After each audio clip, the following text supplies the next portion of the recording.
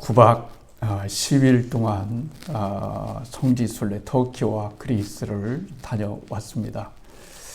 올해 목회 23년을 만 23년을 32년을 하고 있는데요. 그동안 성지순례를 한 번도 가지를 못했습니다. 여러 가지 이유가 있었는데 언젠가는 하나님께서 보내주시겠지 했는데 올해 하나님께서 보내주셨습니다. 젊었을 때 가는 것보다 나이가 좀 들어서 다녀오는 것이 훨씬 더 좋았던 것 같습니다. 의미도 새롭고 또 나이와 경험에 따라서 보는 것도 새롭기 때문에 그렇습니다. 여행은 다리 떨릴 때 가지 말고 가슴 떨릴 때 가라고 그러지 않습니까? 그래서 염려를 많이 했습니다. 다리가 떨리면 어떻게 하지? 힘들어서 다리 떨리면 어떻게 하지? 했는데 다행히 다리는 전혀 떨리지 않았고 가슴은 떨렸습니다. 놀라운 것은 정말 성지순례 그렇게까지 갈 필요가 있겠나? 제 개인적으로 사실 그렇게 생각했습니다.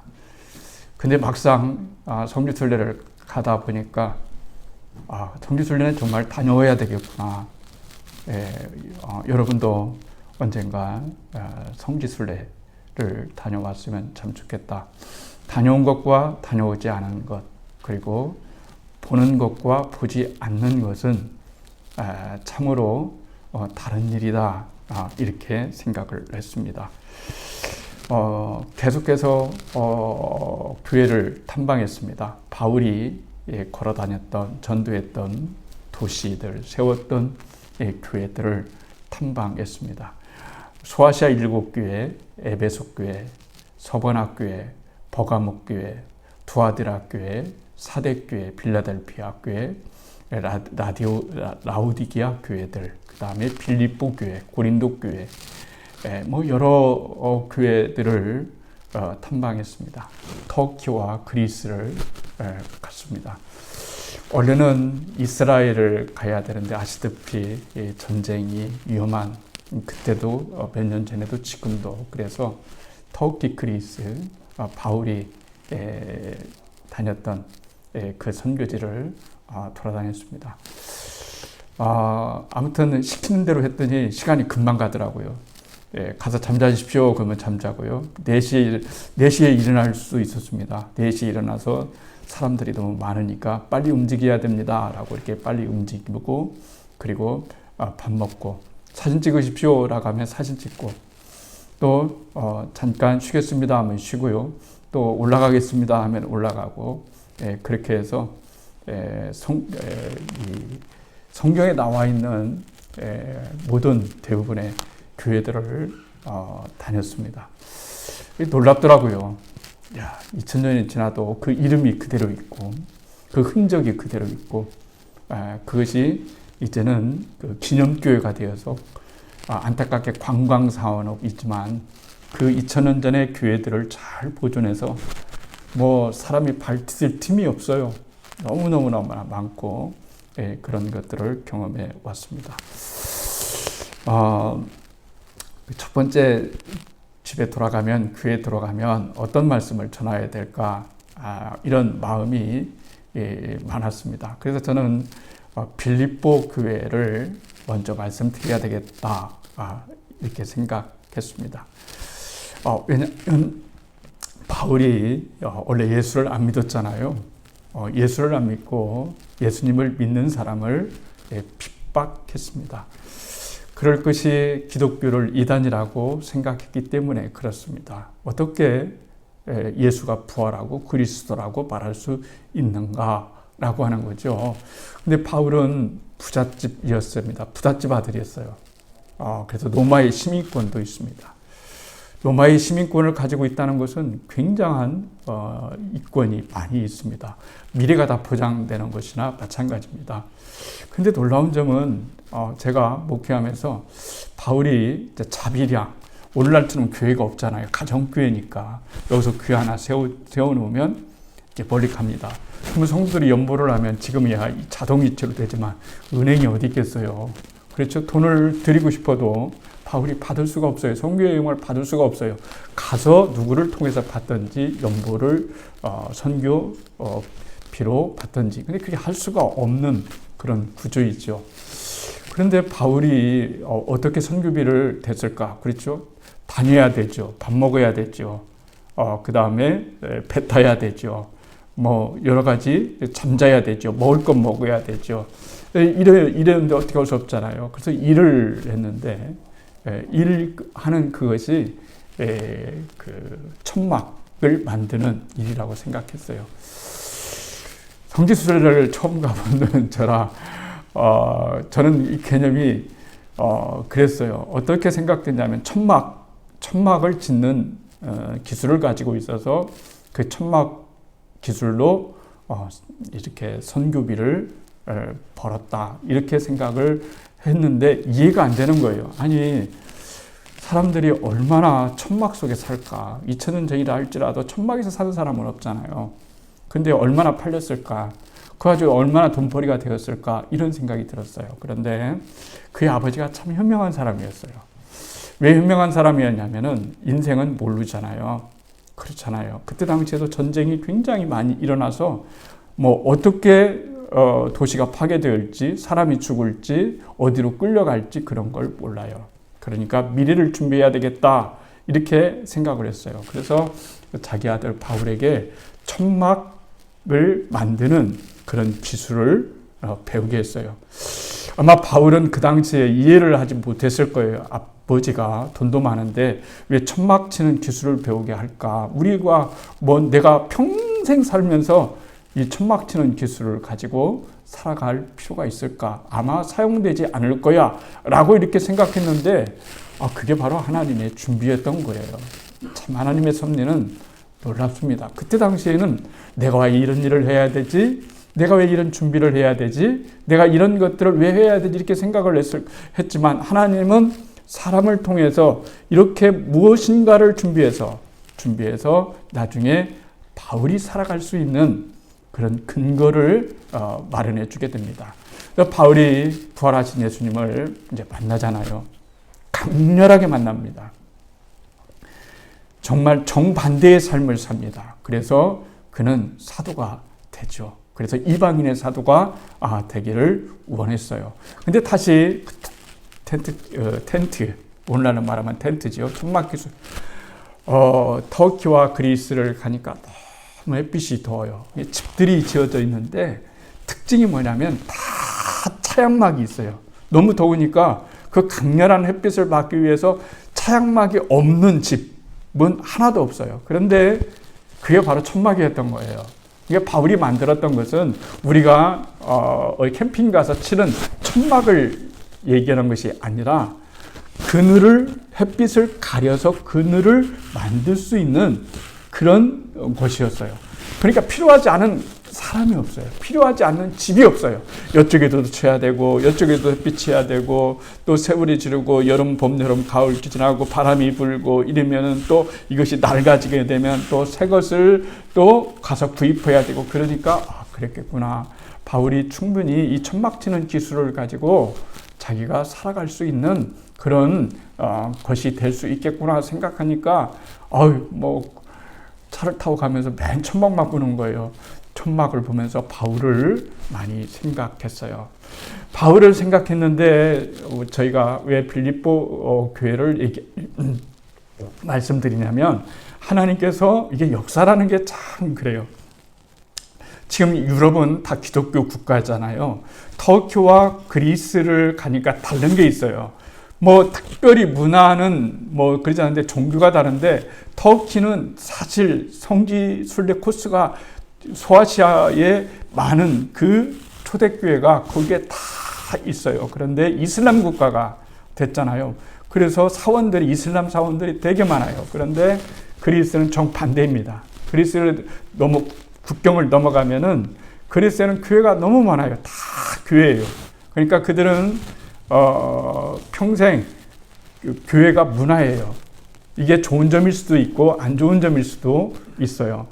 태어나면 사제가 와서 당연스럽게 세례를 받습니다. 결혼식 할 때 사제가 결혼식을 갑니다. 죽으면 장례식을 사제가 합니다. 이렇게 그들은 어느 곳에 가든지 교회가 너무 아무튼 조그마한 교회들이 곳곳에 가는 곳마다 그리스에는 굉장해요.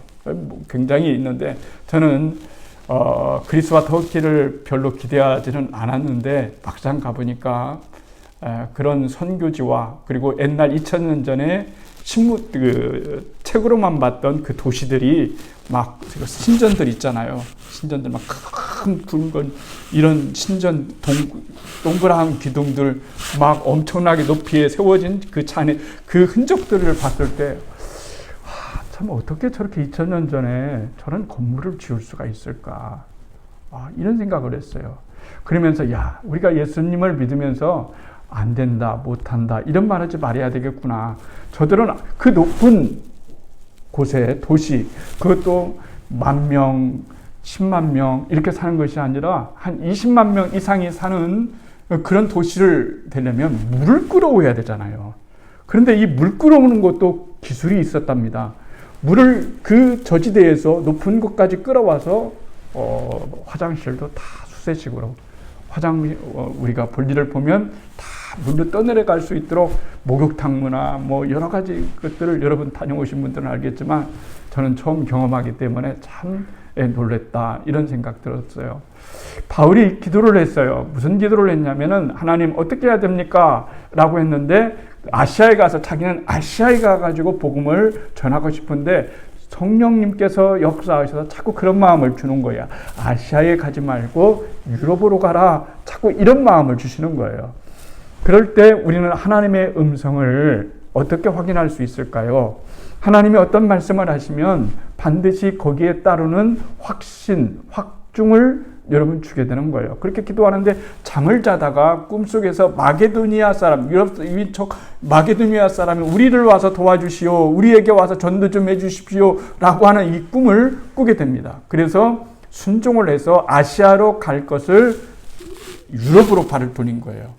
이 역사, 바울 한 사람이 발길이 그 길을 아시아로 갈 것이냐 아니면 유럽으로 갈 것이냐에 따라서 역사가 인생이 또 이 모든 것들이 엄청나게 변하는 것을 보았어요.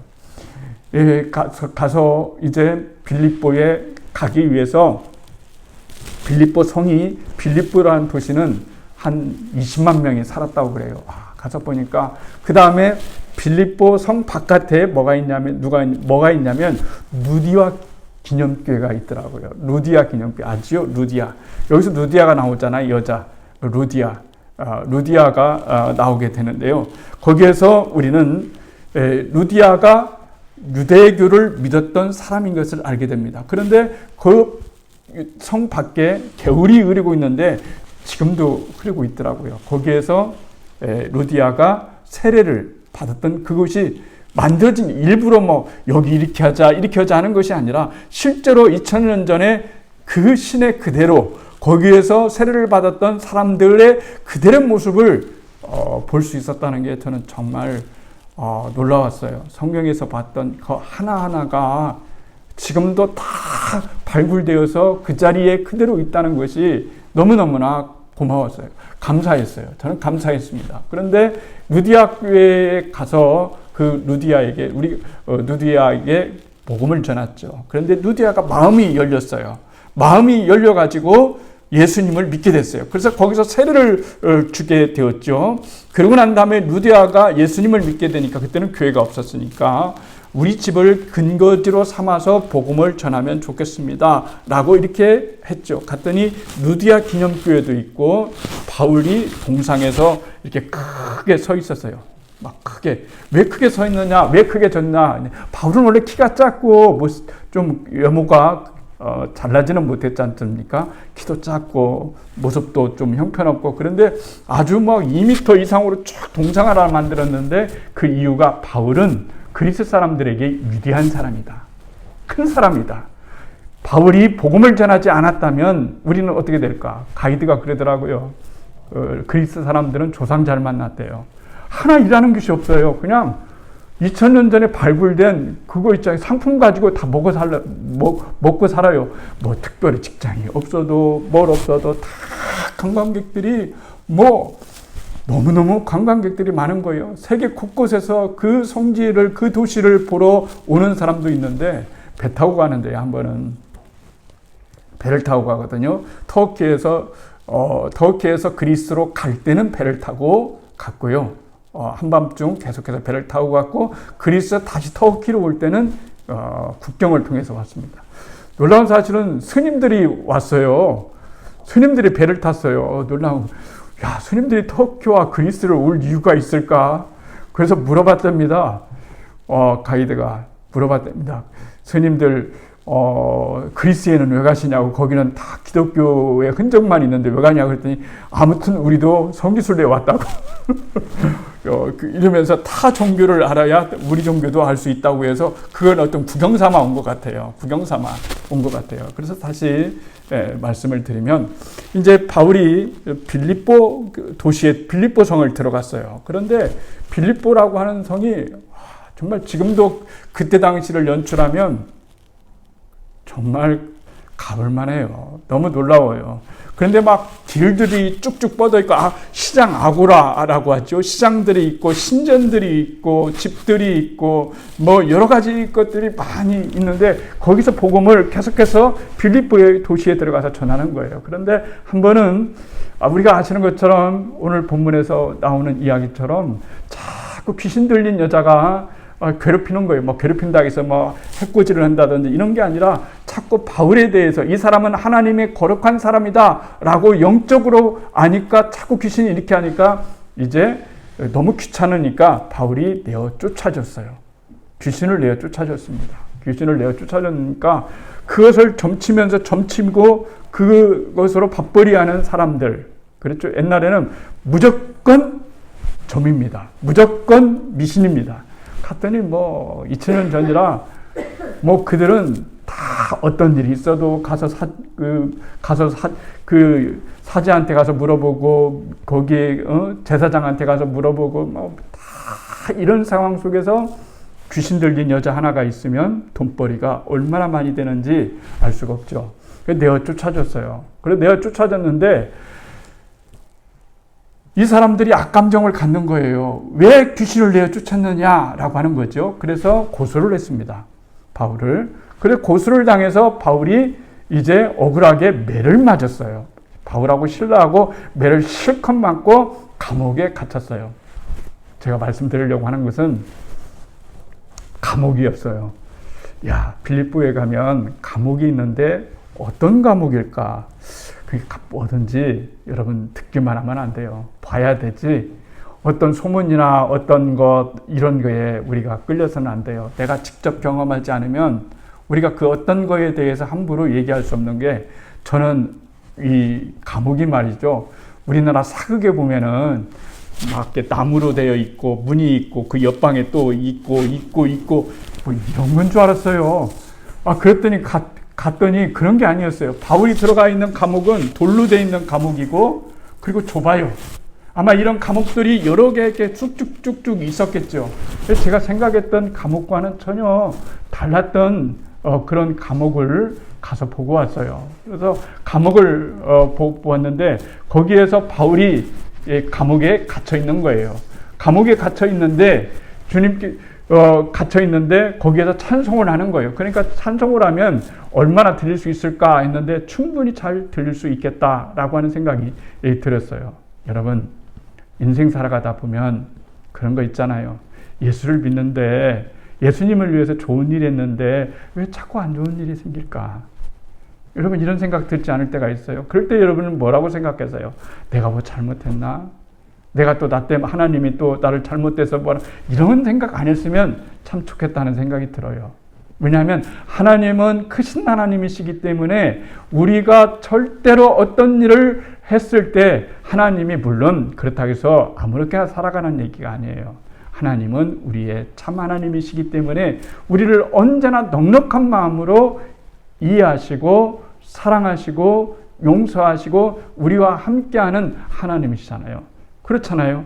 여러분들이 예수님을 믿었을 때 여러분의 조건이 좋아서 예수님을 믿었습니까? 여러분의 조건이라는 것은 잘생기고 잘났고 돈 많고 이런 것이 아니라 저는 거꾸로 여러분이 인생을 그렇게 멋지고 거룩하고 깨끗하고 구원받을 만하고 이래서 여러분이 구원받은 것, 저나 여러분이 구원받은 것이 아닙니다. 원래 우리는 예수님을 믿기 전에는 지금보다 훨씬 더 안 좋은 상태에 있었죠. 그런데 예수님을 믿게 됐어요. 근데 여러분 한번 곰곰이 생각해 보세요. 내가 예수님을 믿지도 않고 예수님을 알지도 않고 착하지도 않았고 운전하지도 않고 하나님 마음에 들지도 않았는데 하나님이 나를 사랑해서 자기 자녀를 삼아 주셨다고 한다면 하나님이 나의 어떤 나쁜 상태나 나쁜 조건으로 인해서 나를 버리실 리가 없지 않겠습니까?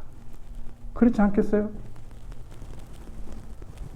그때보다 내가 더 나빠졌다거나 더 좋아졌다고 해서 하나님이 나를 버리시거나 나를 미워하시거나 그럴 이유가 전혀 없다는 것을 우리는 생각해 보게 되는 거예요. 거기에 저는 길을 봤어요. 이건 보통 길이 아니에요. 우리 대화동 옆에 골목 옆에 도로길, 이건 문제도 아니에요. 큰 길인데요. 그 큰 길을 다 대리석으로 여러분 만들었어요. 길이 중요하잖아요. 길 없이 목적지를 갈 수가 없어요. 길 없는 집은 없어요. 하늘도 땅도 바다도 다 길이 있습니다.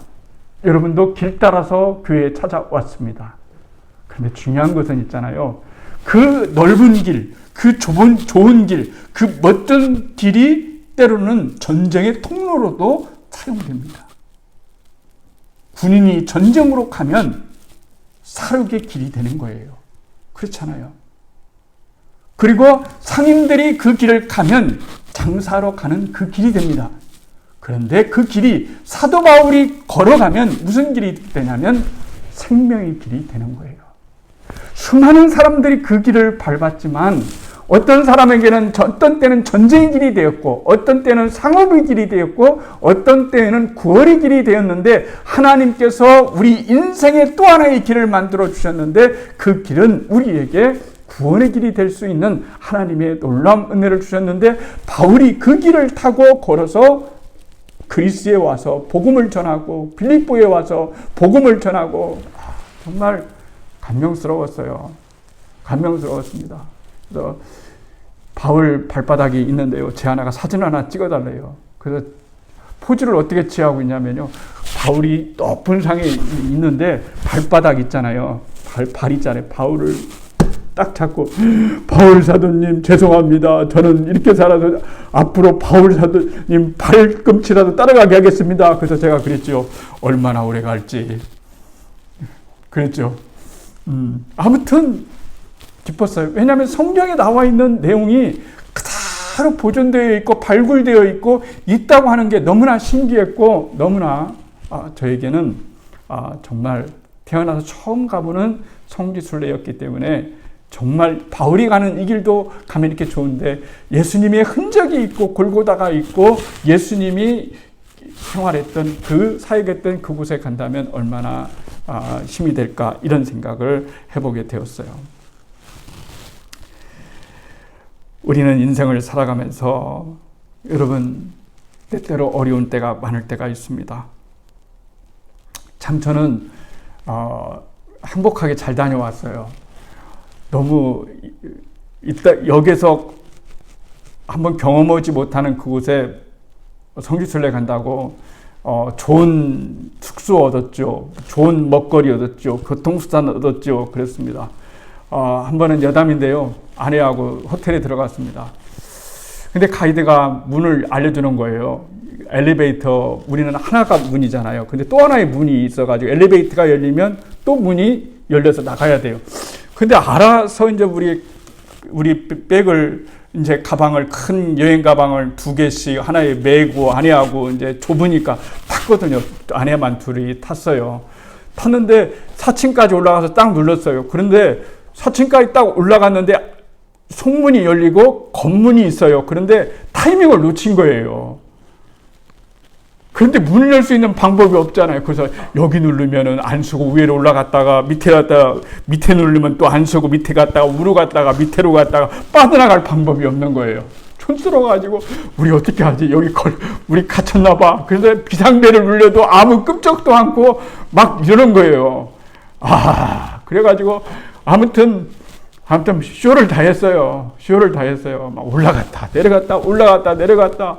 도대체 우리 막 밑에서는 엘리베이터를 타려고 기대하는 순번이 있을 텐데 또 거기에 미안해가지고 도대체 장 목사님들은 내려갔다가 언제 오는 거야? 한번 올라가면 내려올 줄도 모르고 도대체 왔다 갔다 하는데 정말 그런 데를 또 가봤어야 말이죠. 그래서 어쨌든 결국은 어떻게 해서 간신히 열려가지고 이제 나오게 되었어요. 제가 왜 이런 말씀을 드리는 걸까요? 우리는 그렇게 편한 시대를 살고 있습니다. 아무리 어렵다고 해도 바울 사도가 걸었던 그만큼의 어려움은 갖고 있지 않습니다. 그가 얼마나 배고픔을 많이 경험했는지, 그리고 그가 얼마나 매를 많이 맞았는지, 얼마나 살해의 위험을 가졌는지, 이런 것을 생각하면 우리가 가지고 있는, 우리가 생활하는 이 생활은 정말 너무나 행복하고 감사한 일이다 하는 것입니다. 그러면서 저는 제 생각을 해봤어요. 그래, 바울 사도에 비하면 우리는 얼마나 나는 행복한 존재인가, 얼마나 복된 존재인가. 바울은 이렇게 인생을 살아갔는데, 이렇게 주님을 위해서 살았는데, 그래서 복음이 우리에게까지 어쨌든 나비 효과가 되어서 거기에서 나빗짓의 나빗짓이 점점점 퍼져서 시간이 지나면서 우리들에게까지 와서 영향을 미쳐서 우리가 예수를 믿고 구원을 받았다는 것이 얼마나 축복되고 감사한지 알 수가 없었어요. 어쨌든 저는 오늘 특별한 것은 없습니다. 선교여행 보고를 해야 되는데 그저 빌립보 교회, 바울 사도, 또 루디아 권사님, 또 그 도시들을 보면서 정말 예수를 믿는 것이 얼마나 중요한가 하는 것을 보게 되었어요. 저는 여러분들이 터키도 가보시고 그리스도 꼭 가보셨으면 참 좋겠어요. 그리스도 굉장히 정말 마음이 푸근했어요. 왜냐하면 터키는 사원들이 많으니까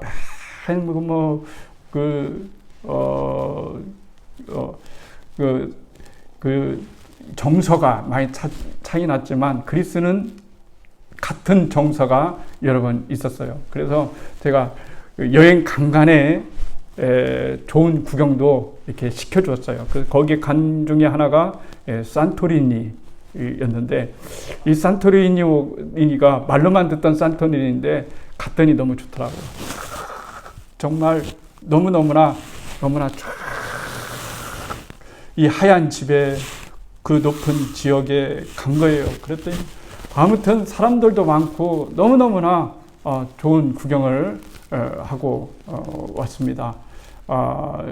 정말 여러분께 감사를 드리고, 정말 저에게는 뜻깊었던 길이었고, 또 사도 바울의 흔적을 볼 수 있는 길이었고, 그리고 사도 바울이 정말 그 감옥에서 매를 맞고, 그렇게 매를 맞고 하나님께 찬송하고, 하나님 감사합니다.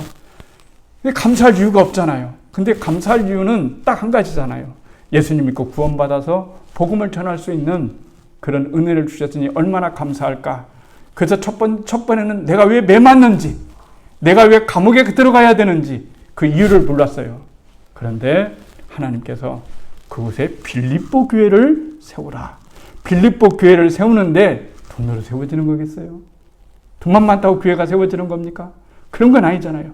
누군가의 기도와 눈물과 땀과 피와 그런 것들이 쌓여서 교회가 세워지듯이 빌립보라고 하는 그 거대한 도시에 빌립보 교회가 세워짐으로써 바울이 선교 사역을 할 때 가장 위로를 많이 받았던 교회가 빌립보 교회입니다. 그리고 바울이 가장 사랑했던 교회는 어떤 교회입니까? 빌립보 교회입니다. 아마 바울에게는 잊지 못할 개척이었을 거예요. 정말 내가 귀신을 내어 쫓아놓았는데, 복음을 전했는데, 억수로 맞고, 매맞고, 핍박받고, 감옥에 갇히고, 굶주리고, 그리고서 찬송을 했는데, 갑자기 옥문이 지진이 나고 그랬잖아요. 이제는 믿어지잖아요. 터키 그리스는 높은 건물이 없어요. 왜 그런 걸까요? 지진이 많이 일어나기 때문에 그런 거잖아요. 그러니까 그 당시에 우리가 생각하면 지진이 일어난 거죠. 옥터가 움직였다는 지진이 일어난, 그거 거짓말이야. 이런 게 아니잖아요. 진짜 지진이 일어나서 흔들린 거잖아요. 흔들렸어요. 그러면서 놀라운 것은 작고 쇠사슬이 다 여러분 풀렸어요. 깜짝 놀라 간수가, 죄수가 다 도망한 줄 알고 이제는 끝났다. 죄인들을 못 지켰으니 내 인생도 끝났다. 자결하려고 했을 때 바울이 스탑 시키면서 우리 안 도망갔다. 깜짝 놀라면서 이런 사람들이 다 있나. 자기를 그렇게 때리고 감옥에 갇히고 도망가면 되는데 왜 안 도망갔을까? 그런 거죠. 안 도망갔잖아요. 도망가지 마세요. 도망가봤자 어디로 가겠어요? 우리가 예수 안에 있는 거죠. 예수 안에 있는 나에게 얼마나 감사하고 정죄함이 없겠어요. 그래서 거기에서 복음이 들어가고 루디아 세례를 주었던 이 권사, 우리식으로 얘기하면 이 루디아 권사님과 그리고 빌립보 감옥을 지키고 있는 간수의 가족들이 예수를 믿어서 하나의 교회가 탄생하게 된 것입니다. 그래서 이 교회를 탄생하게 되면서 이 교회가 바울의 사도의 지도를 받고 아름답고 멋지게 잘 자라는 이런 놀라운 은혜를 볼 수가 있었습니다. 우리 교회도 빌립보 교회처럼 바울이 자랑스럽게 생각하는 그런 교회가 되었으면 참 좋겠다. 그리고 그 지방에 좋은 선한 영향력을 끼칠 수 있는 그런 좋은 교회가 됐으면 좋겠다 하는 마음을 갖고 돌아왔습니다. 오늘은 다른 것보다 선교 보급 차원 겸 또한 선교를 다녀온 얘기를 여러분들에게 나눴습니다. 한번 꼭 가보시라, 이런 말씀 드리고 있습니다. 가족들과 함께 혹은 친구들과 함께 터키에 다시는 분들은 또 그리스를 한번 가보시고, 그리스에서는 또 다른 바울의 발자취, 성지의 발자취를 느낄 수가 있었습니다. 저에게 그런 기회를 주신 하나님께 감사하고요. 또 여러분, 우리 교회 모두에게 감사를 드립니다. 여러분들에게 하나님의 은혜와 축복이 함께하기를 주의 이름으로 축복합니다.